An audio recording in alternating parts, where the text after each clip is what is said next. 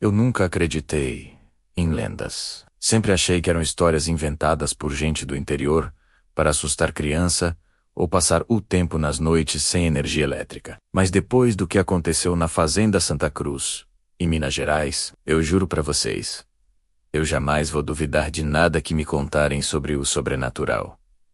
Meu nome não importa. O que importa é que eu sobrevivi. E se você está assistindo esse vídeo, precisa saber que algumas lendas, algumas maldições, são reais.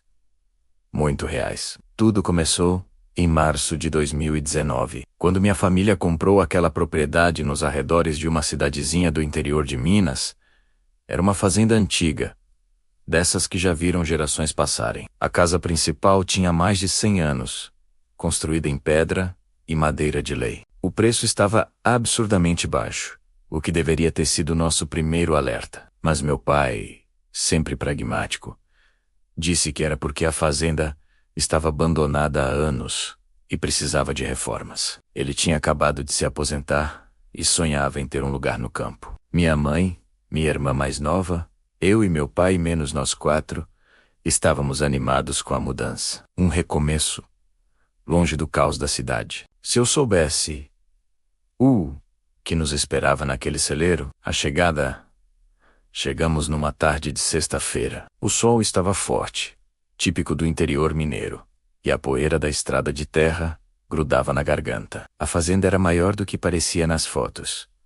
Tinha a casa principal, 2 galpões, um curral abandonado, e lá no fundo, meio escondido por um bosque de eucaliptos, tinha um celeiro antigo. Logo de cara, aquele celeiro me deu calafrios. Era diferente das outras construções. Enquanto o resto da propriedade tinha sinais de abandono normal, menos mato crescido, madeira desgastada, telhas quebradas, o celeiro estava selado. Não era simplesmente trancado. Era selado. A porta tinha pelo menos 3 ferrolhos enormes, todos enferrujados. As janelas estavam pregadas com tábuas. E essas tábuas tinham sido pregadas por dentro e por fora. Tinha até um cadeado velho, oxidado, que parecia ter décadas. E o mais estranho, alguém tinha pintado cruzes ao redor da porta. Cruzes meio apagadas pelo tempo, mas ainda visíveis. Que esquisito, minha irmã Sofia comentou, com os olhos arregalados de curiosidade. Ela tinha 15 anos. Estava naquela fase de adorar coisas macabras. Por que alguém fecharia um celeiro assim? Meu pai deu de ombros. Deve ter guardado coisas valiosas. Gente do interior é desconfiada.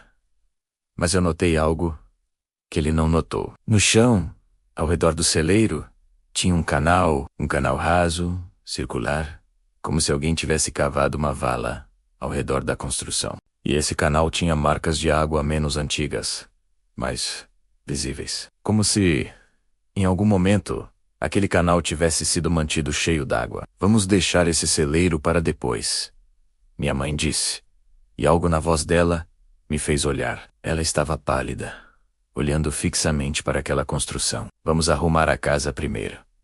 Nós concordamos, mas eu juro que quando demos as costas, senti algo.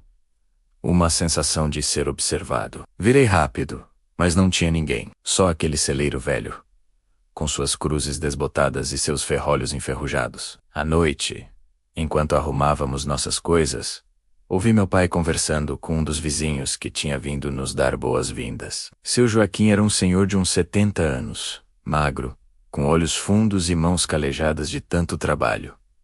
Vocês compraram a fazenda dos Cardoso? Ele perguntou, e algo na voz dele soou preocupado. Isso mesmo, meu pai respondeu, animado. Vamos reativar a produção, plantar café, talvez criar algumas cabeças de gado. E o celeiro? Vocês mexeram no celeiro? O silêncio que se seguiu foi tenso. Eu estava na cozinha, mas consegui ouvir tudo. Ainda não, meu pai respondeu. Por quê? Seu Joaquim ficou quieto por um longo momento. Depois, só disse, deixa ele fechado. Pelo amor de Deus, deixa aquele celeiro fechado. A lenda, obviamente. Depois dessa conversa misteriosa, eu precisava saber mais. No dia seguinte, enquanto meu pai inspecionava o terreno, e minha mãe, Sofia, arrumavam a casa. Eu fui até a venda do vilarejo mais próximo. A dona da venda, Dona Cecília, era uma senhora gorda e simpática, daquelas que parece conhecer tudo e todos. Quando mencionei que tínhamos comprado a fazenda Santa Cruz, o sorriso dela desapareceu. Vocês não mexeram no celeiro? Mexeram? Era a segunda vez que alguém perguntava isso. Meu estômago apertou. Não. Mas o que tem lá? Dona Cecília olhou ao redor, como se quisesse ter certeza de que ninguém estava ouvindo, e me puxou para perto do balcão. Meu filho, aquela fazenda, pertenceu aos Cardoso por 4 gerações. Mas tudo começou com o Tertuliano Cardoso, lá pelos anos 1920. Ele era um homem ruim, ruim de verdade. Ela pausou, pegou uma garrafa de cachaça embaixo do balcão e tomou um gole. Suas mãos tremiam. Tertuliano era filho único. A mãe dele, Dona Sebastiana, era viúva. Criou ele sozinha, trabalhou que nem uma condenada para dar tudo pro filho. Mas ele, meu Deus do céu, ele era ingrato, batia na velha, xingava, chegava bêbado de madrugada e quebrava a casa. Dona Sebastiana chorava, mas não tinha coragem de expulsar o filho. Eu ouvia em silêncio, sentindo um frio na espinha. Um dia, Tertuliano chegou tão bêbado que empurrou a mãe escada abaixo. Dona Sebastiana quebrou o quadril, ficou de cama. E ele nem ligou. Continuou bebendo, gastando o pouco dinheiro que tinham, xingando a velha quando ela pedia água ou comida. Dona Cecília fez o sinal da cruz. Dona Sebastiana morreu uns 3 meses depois. Dizem que foi de desgosto, de coração partido. Antes de morrer, ela amaldiçoou o filho. Disse que ele não mereceria descanso, que a terra não aceitaria um corpo tão cheio de maldade. E o que aconteceu? Eu perguntei, completamente envolvido na história. Tertuliano morreu 6 meses depois. Caiu do cavalo, dizem. Mas quando foram enterrar, a terra não aceitou o corpo. Como assim não aceitou? Cavaram a cova, colocaram o caixão, começaram a cobrir com terra. No dia seguinte, o caixão tinha voltado para a superfície. Tentaram de novo. Mesma coisa. Na terceira vez, quando abriram o caixão, o corpo dele estava diferente. Dona Cecília estava suando agora, mesmo com o ventilador ligado. Estava seco, desidratado, mirrado, mas não estava decomposto. Era como se toda a umidade tivesse sido sugada dele. E dizem que ele abriu os olhos. O terror começa. Eu não consigo descrever direito. O som que aquele corpo fez ao se mover era tipo galhos secos quebrando, couro sendo esticado, ossos ranhendo. E tinha uma respiração, se é que podia chamar daquilo, um assovio fino e irregular, como o ar passando por uma flauta quebrada. Nós todos congelamos. Literalmente não conseguíamos nos mexer, como se nossos cérebros tivessem entrado em pane, tentando processar o impossível que estava acontecendo na nossa frente. O corpo seco virou a cabeça. Devagar, aquele pescoço ressecado, rangendo a cada grau que virava. E então, aquelas órbitas vazias fixaram em nós. Não tinha olhos ali, mas eu sentia que estava sendo visto, estudado, reconhecido. A boca dele se abriu. E meu Deus, os dentes estavam todos lá, amarelados e tortos. E um som saiu. Não eram palavras. Era tipo um gemido, um lamento. Mas tinha raiva nele. Raiva antiga, acumulada, fermentada, por quase 100 anos. Corram! Eu gritei, e o feitiço quebrou. Meu pai tropeçou para trás. Os peões já estavam correndo antes mesmo de eu gritar. Sofia estava paralisada de terror, e eu tive que agarrá-la pelo braço e puxá-la. O corpo seco se levantou. Se levantou. Aquelas pernas ressecadas, que não deveriam conseguir sustentar nem o peso de uma criança, se desdobraram e ficaram de pé. Ele era alto, devia ter uns 1,80 menos e magro de um jeito antinatural, como se fosse feito de gravetos cobertos com pele de tambor. Então ele deu o primeiro passo. Oh, som! Deus, aquele som de algo seco, morto, se movendo, como se cada passo fosse uma blasfêmia contra a natureza. Marrão? A voz dele saiu rouca, arrastada, distorcida, mas era reconhecível. Ele estava chamando. Pela mãe que ele tinha maltratado, matado de desgosto. Nós corremos. Corremos como nunca tinha corrido na vida. Minha mãe estava na varanda gritando, perguntando o que estava acontecendo. Os peões já tinham pulado na caminhonete deles e estavam acelerando estrada abaixo, deixando uma nuvem de poeira. O corpo seco do celeiro entra na casa. Fecha tudo. Meu pai gritou. Chegamos na varanda tropeçando. Eu empurrando Sofia para dentro. Meu pai ajudando minha mãe. Olhei para trás e vi. O corpo seco tinha saído do celeiro. Estava parado na porta. Aquela cabeça virando de um lado para o outro. Aquelas órbitas vazias procurando nós. Mahahai, Mahan. Ele começou a andar na nossa direção. Trancamos a porta da frente. Todas as janelas. Fechamos as cortinas. Minha mãe estava em pânico, minha irmã chorando, meu pai tentando ligar para o celular, mas não tinha sinal menos. Nunca tinha sinal naquela merda de lugar. O que era aquilo? Minha mãe chorou. O que era aquilo? O corpo seco? Eu respondi. Minha voz saindo num sussurro rouco. É o Tertuliano. Ele está amaldiçoado. A terra não aceitou ele.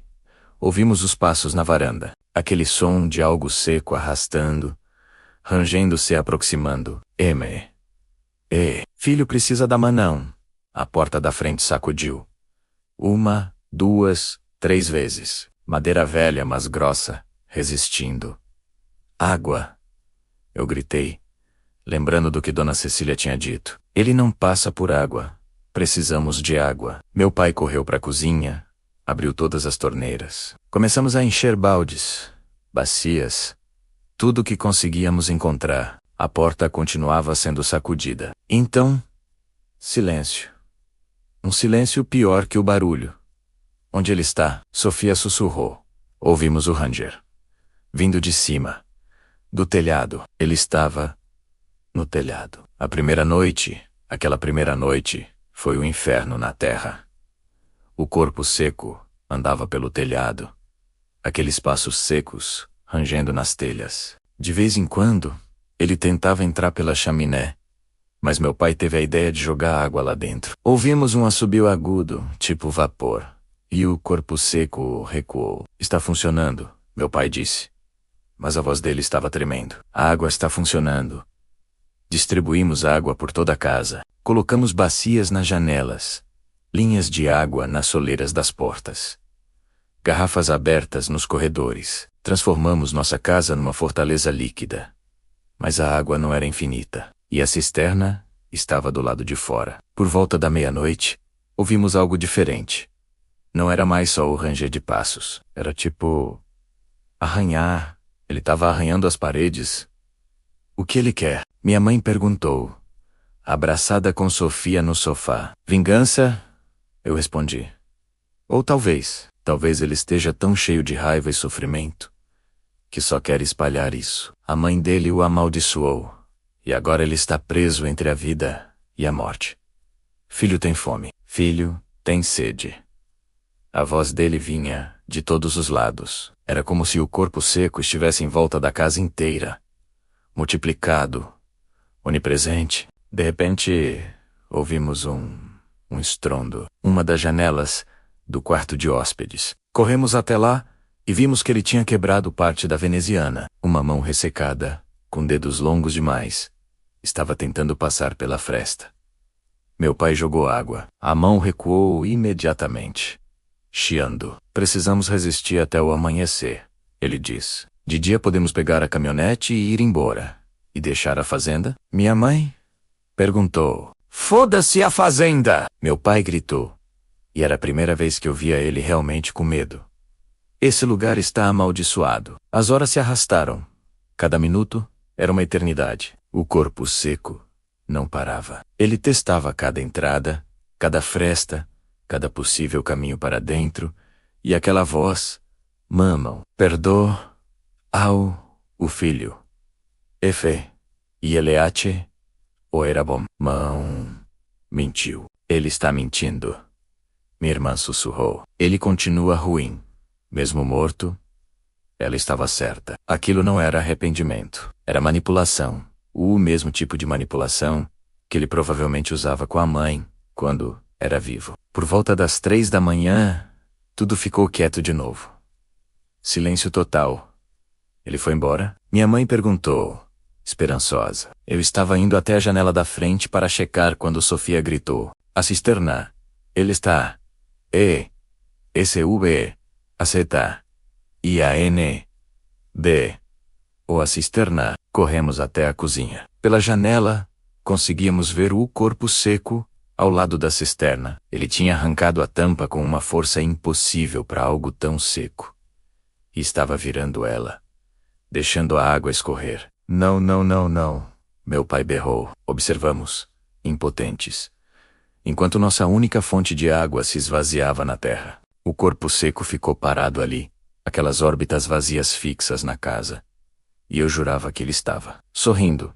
Algo na posição da mandíbula dele parecia um sorriso. Ele estava nos tirando nossa defesa. O amanhecer e a fuga, quando o sol finalmente começou a nascer, o corpo seco voltou para o celeiro. Nós assistimos pela janela, enquanto ele andava de volta, lentamente, aquele corpo impossível se movendo contra a luz do amanhecer. Ele entrou no celeiro, mas não fechou a porta. Ficou parado lá, na entrada, como uma sentinela, esperando. Essa é nossa chance.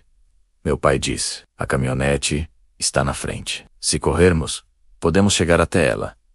E se ele nos perseguir? Perguntei. Podemos ir mais rápido que ele. Vocês viram. Ele é lento. Não era bom plano. Mas era o único que tínhamos. Juntamos o essencial. Documentos, carteira, celular, e nos preparamos. No 3, meu pai disse. Mão na maçaneta. 2, 3. Abrimos a porta e corremos. O ar da manhã estava fresco, limpo, em contraste total com o horror da noite. Nossos passos faziam a terra do terreiro voar. A caminhonete estava a uns 20 metros. Ouvi o Ranger atrás de nós. Olhei por cima do ombro e vi o corpo seco saindo do celeiro.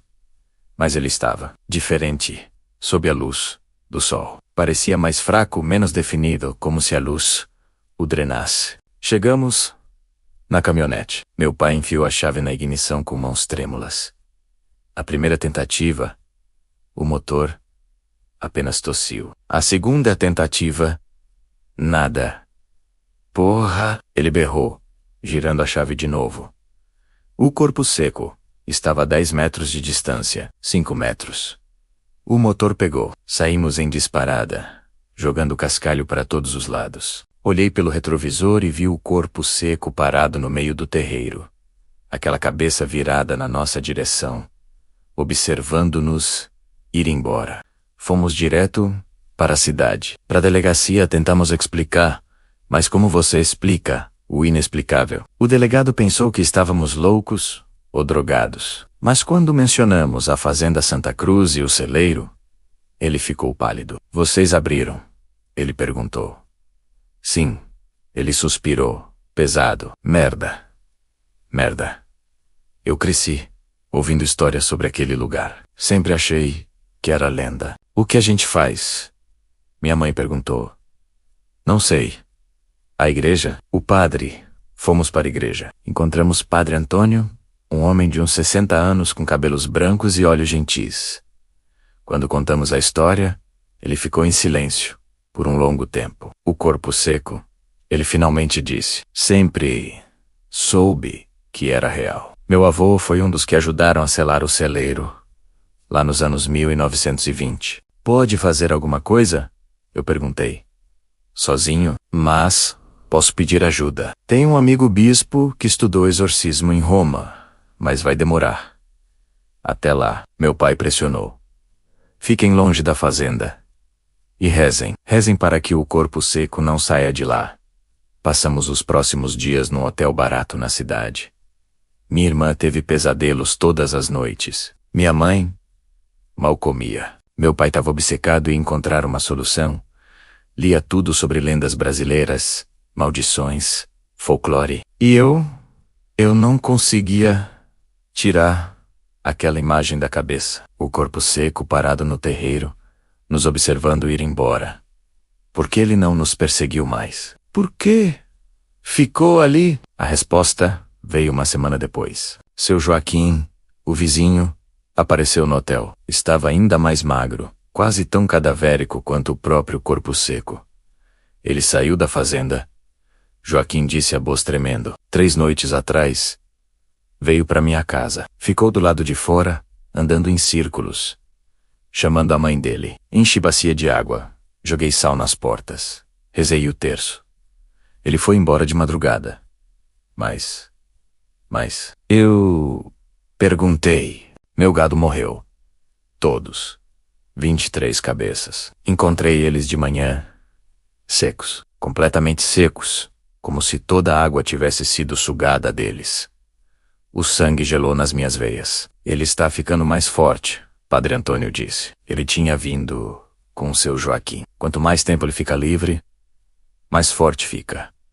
Precisa de umidade, de vida. E vai tirar de onde puder encontrar. O que fazemos?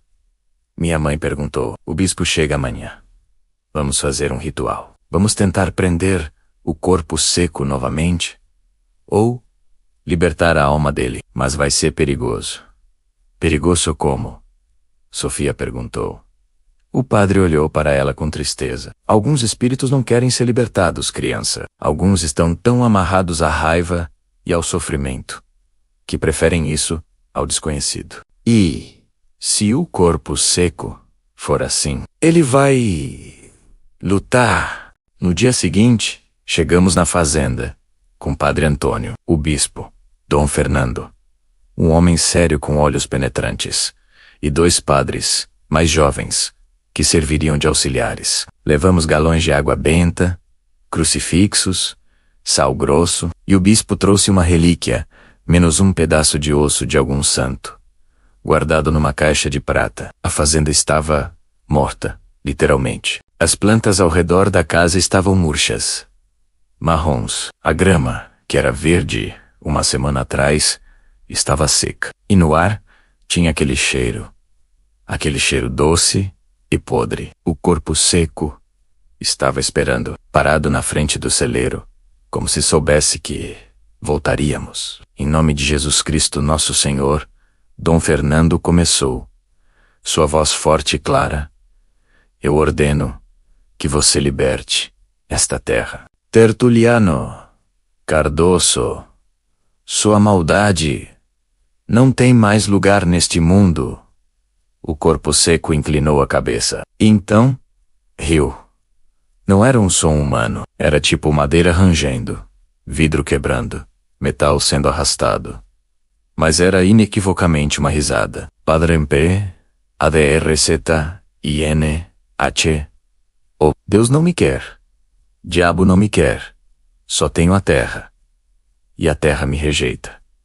Ele estava falando mais claramente agora, articulando, ficando mais humano, ou mais parecido com o que costumava ser. Você não precisa ficar assim, Dom Fernando disse. E eu percebi compaixão genuína na voz dele. Sua mãe o perdoaria. Deus o perdoaria. Mas você precisa aceitar. Precisa se arrepender de verdade. Mão não perdoa. Mão me amaldiçoou. Filho bom, mas mão ruim. Você batia nela. Eu gritei, sem conseguir me conter. Você a maltratou até a morte. Aquelas órbitas vazias se fixaram em mim. E pela primeira vez, eu vi algo se mexer lá dentro. Tipo vermes de sombra, retorcendo-se. Mentira! Filho sempre bom. Sempre. Mas a voz dele vacilou. Como se, em algum lugar profundo daquela casca ressecada, uma parte dele soubesse a verdade. Dom Fernando aproveitou o momento, ergueu a relíquia e começou a recitar, em latim, palavras antigas de poder e fé. Os padres auxiliares se posicionaram em círculo, cada um segurando um galão de água benta. O corpo seco rugiu. Foi um som terrível, primitivo, que fez pássaros levantarem voo a quilômetros de distância. Ele avançou, mas os padres jogaram a água benta. O efeito foi imediato e devastador. Onde a água tocava, o corpo dele fumegava, chiava, a pele ressecada se quebrando e descascando. O corpo seco recuou, cambaleando, aqueles braços longos se agitando. Parem, dói, queima, continue. Dom Fernando ordenou aos padres, sua voz cortando o ar como uma lâmina. Não parem. Isso é misericórdia, não crueldade. Estamos libertando. Mais água benta foi jogada. O corpo seco caiu de joelhos. Aquele corpo impossível começando a se desintegrar. Pedaços de pele seca caíam, virando pó antes mesmo de tocar o chão.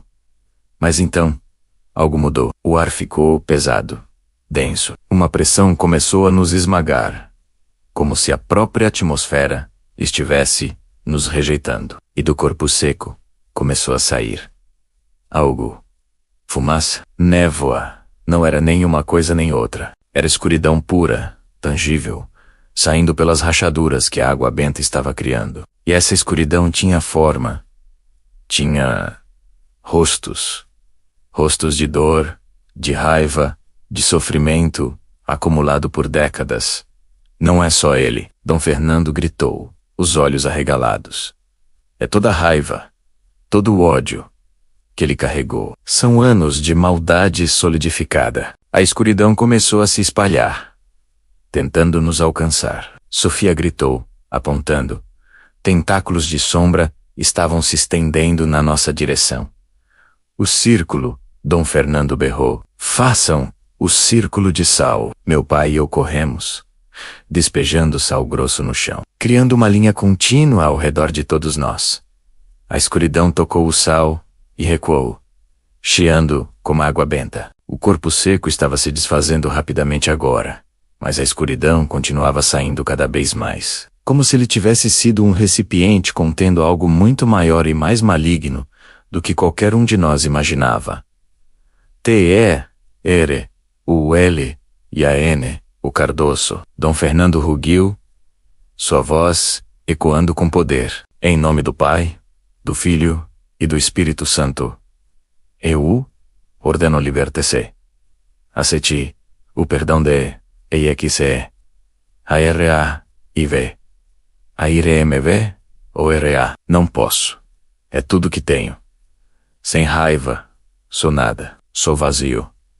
E ali, naquele momento terrível, eu senti pena dele, porque ele estava certo. Sua identidade inteira, por quase 100 anos, tinha sido construída em torno daquela raiva, daquela maldade. Sem isso, o que restaria? Quem era Tertuliano sem a raiva que ele tinha nutrido por tanto tempo? Você pode ser perdoado, Padre Antônio disse suavemente, lágrimas escorrendo pelo rosto. Você pode descansar. Sua mãe está esperando. Ela ainda te ama apesar de tudo. Mães sempre amam. Isso quebrou algo nele. O corpo seco, o que restava dele, levantou aquela cabeça ressecada pro céu. E pela primeira vez, ouvi algo diferente na voz dele. Não raiva, não manipulação. Dor. Dor pura. Não filtrada. Manão, perdoa. Filho errou. Filho foi ruim. Filho quer voltar para casa.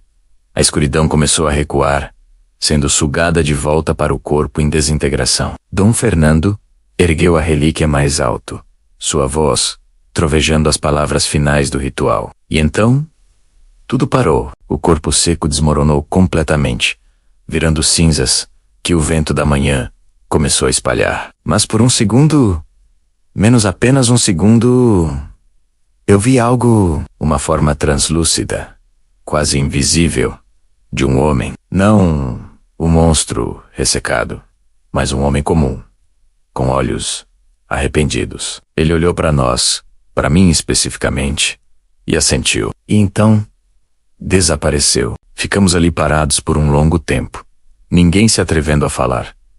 O silêncio da fazenda era diferente agora. Não era mais pesado, opressor. Era pacífico. como se algo que estava errado por quase 100 anos finalmente tivesse sido corrigido. Dom Fernando se ajoelhou, beijou a relíquia e fez o sinal da cruz. Os outros padres o imitaram. Minha família se abraçou, chorando de alívio. Acabou? Sofia perguntou, sua voz pequena e assustada. Acabou, Padre Antônio respondeu, colocando a mão no ombro dela. Ele está em paz agora. Finalmente.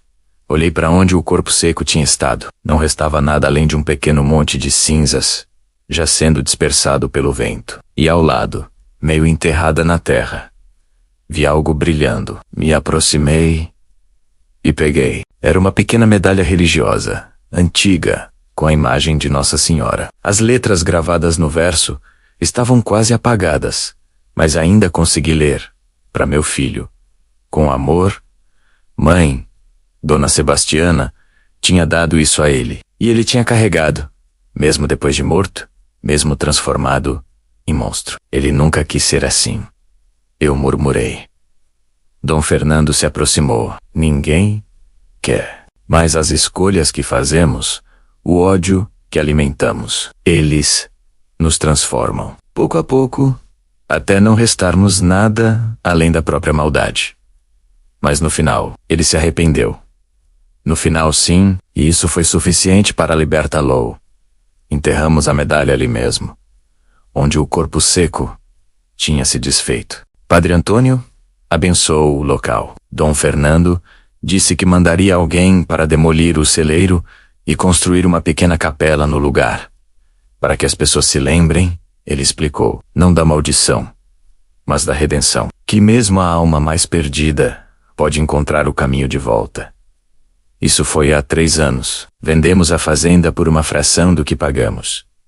Não nos importávamos. Só queríamos distância. O novo dono derrubou o celeiro. Plantou flores onde ele ficava. Dizem que a fazenda está próspera agora, que a terra voltou a aceitar vida. A pequena capela foi construída e virou ponto de peregrinação para gente do interior que cresceu, ouvindo a lenda do corpo seco.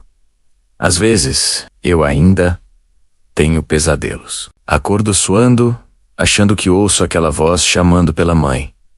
Minha irmã faz terapia. Minha mãe não gosta de falar sobre aquilo. Mas meu pai mudou. Ele vai à igreja todo domingo agora. Diz que aprendeu que algumas coisas na vida não podem ser explicadas pela lógica. Que existem forças no mundo menos boas e más, que vão além da nossa compreensão. Eu aprendi algo diferente. Aprendi que maldições são reais. Sim, mas a pior maldição não vem de palavras mágicas ou rituais sombrios. A pior maldição é aquela que criamos para nós mesmos, alimentando raiva, ódio e ressentimento, até que não reste mais nada de humano dentro de nós. Tertuliano Cardoso se tornou um monstro muito antes de morrer. A maldição da mãe apenas revelou o que ele já era por dentro. E sabe, o que é mais assustador é que qualquer um de nós pode seguir esse caminho. Toda vez que escolhemos a raiva ao invés do perdão, o ódio ao invés da compaixão, o ressentimento ao invés da paz, estamos nos transformando, pouco a pouco, até que um dia acordamos e não nos reconhecemos mais. Dona Sebastiana amava o filho, mesmo depois de tudo que ele fez. Ela ainda o amava. A maldição não foi vingança. Foi um último ato desesperado de uma mãe tentando fazer o filho ver o que ele tinha se tornado, esperando que, eventualmente, Eli se arrependesse. E ele se arrependeu. Demorou quase 100 anos, mas ele se arrependeu. Então, se você está assistindo esse vídeo, se você chegou até aqui, deixa eu te dar um conselho. Não importa o quanto alguém te machuque. Não importa o quanto você se sinta justificado em sua raiva. Não deixe ela te consumir, porque raiva e ódio não punem só quem você direciona. Eles apodrecem você por dentro. E às vezes, esse apodrecimento não termina nem mesmo com a morte. Perdoe. Não pelos outros, mas por você mesmo, porque carregar raiva é como beber veneno e esperar que a outra pessoa morra. Você é o único que sofre. Tertuliano aprendeu isso tarde demais. Não cometa o mesmo erro. Essa foi a história do corpo seco da Fazenda Santa Cruz. Real, documentada, testemunhada por mim e minha família. Está registrada nos arquivos da Diocese, investigada por Dom Fernando, conhecida por todos na região. E se alguém aí em Minas conhece essa fazenda, conhece essa história, ou tem histórias parecidas, deixa nos comentários, porque eu sei que não fomos os primeiros a encontrar o corpo seco. E tenho medo de que, se não aprendermos a lição que ele nos ensinou, não sejamos os últimos. Cuida da tua mãe. Cuida da tua família. E acima de tudo, cuida do teu coração. Não deixa ele secar. Não deixa ele endurecer. Não deixa ele virar pedra. Porque um coração de pedra é o primeiro passo para se tornar um corpo seco. Até a próxima história. E que vocês nunca precisem viver uma igual a essa.